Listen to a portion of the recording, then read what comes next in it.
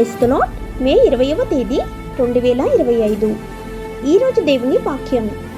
ఆశించిన దాన్ని ఆకలిగొని వానికిచ్చి శ్రమపడిన వానిని తృప్తిపరిచిన ఎడల చీకటిలో నీ వెలుగు ప్రకాశించును, అంధకారము నీకు మధ్యాహ్నం వలె ఉండును. యెషయా గ్రంథం 58వ అధ్యాయం 10వ వచనం.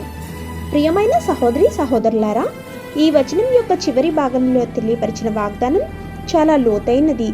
పేదవారిని చూసుకోవాలనే పిలుపును వినేవారికి ఆశ మరియు భరోసాను అందిస్తుంది.